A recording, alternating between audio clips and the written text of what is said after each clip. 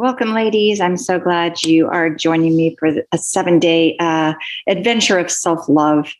You know, it's really strange because when you think about it, the odds of you being born are about 1 in 400 trillion, or maybe even more.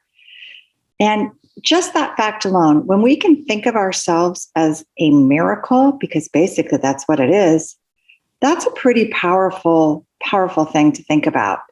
And just that it's in itself should make us realize how special life is and how we were meant to be here to live it fully, experience it fully, and enjoy this ride. And you can't really enjoy the ride if you're not feeling that great about yourself, right? But anyway, why is it important to me and why should it be important to you? Well, I mean, self-love, kind of that word has a bad rap, but it's not just about giving yourself praise and telling yourself how awesome you are. It's really about loving the real you, the human you, the one that your very best friend sees. The person who, sometimes fails, messes up, you disappoint other people. And that's okay because we're human. But because we are so hard on ourselves, we just constantly are beating ourselves up about our shortcomings or what we see as shortcomings.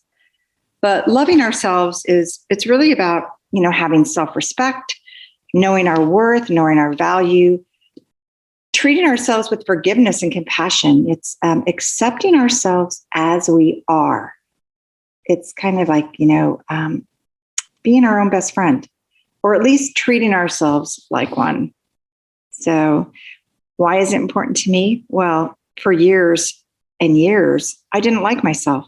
I mean, outwardly, you might think I did, but inwardly, I didn't. And I was always critical and, not forgiving of mistakes I made and just really being full of regret and resentment and all of that.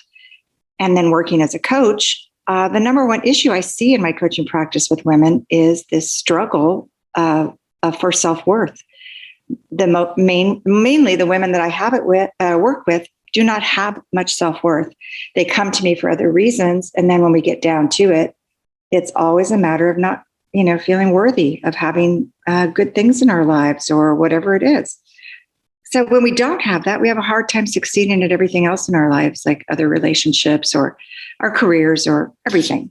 So when we love ourselves, it really empowers us to accept our lives and the situations we find ourselves in. And it also empowers us to realize that we alone are the source of our own happiness and fulfillment in life.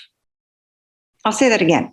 We alone are the source of our own happiness and fulfillment in life. It's a lot of responsibility, isn't it? And I know that the term self-love scares a lot of people. It's kind of trendy. It's kind of new on the block, right? But people confuse it with narcissism or being egocentric, selfish.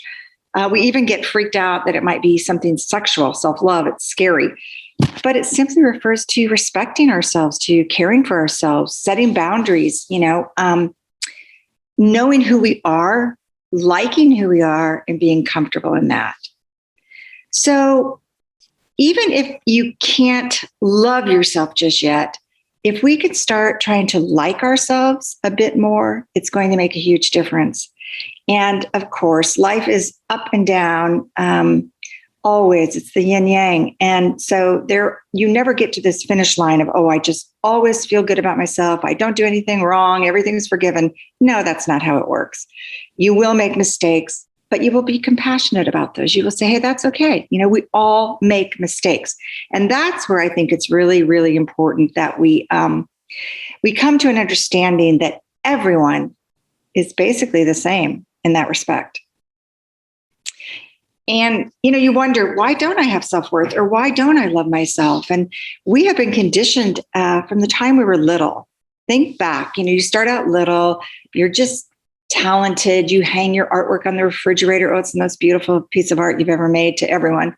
And then someday somebody starts to criticize you. It might be you're in elementary school and the boy next to you says, you have a fat face. You never forget that. You can be 6 years old and you will never forget that. it's a harsh world out there. And all of a sudden we are compared to other people. We're judged. We learn to judge ourselves. And all of a sudden our self-worth kind of vanishes. So without even intending to do that within a family, you get that, don't be so conceited. You're going to get a big head. Who do you think you are? That type of thing. So the media contributes to it. Family contributes to it. Just our society contributes to it. So my hope is that these 7 days, this will just be a little taste of things we can do, things we can think about to feel better about ourselves, just to get on that path of appreciation, of loving ourselves, liking ourselves, accepting who we are, and not letting the things that we don't like stop us from going forward. And those things that we don't like, we can work on to make better, or we can accept them as this is who I am, and it's cool, it's okay. So listen, have fun this week. I hope you commit to the 7 days. There are some, writing exercises that take a little bit of time or a little bit of thought. But if you put yourself into this week 100%, I hope that after it's over, you will be well on your way to feeling better about yourself, and at least looking when something does arise, when that critical mind shows up and is telling you how you're not worthy or you're not good enough, you can stop it in its tracks and you can back up. Oh, yes, I am. Anyway, you guys, thank you so much for being here. If you have, these are going to come in emails each day this week. And if you do have questions about one of the activities I suggest, or just questions in general, feel free to email me right back. I will get back to you as soon as I can. And looking forward to hearing how you benefited from this when it's over. So enjoy, have fun, and just be very, very loving to yourself. Be compassionate and loving. Okay, you guys? Alrighty.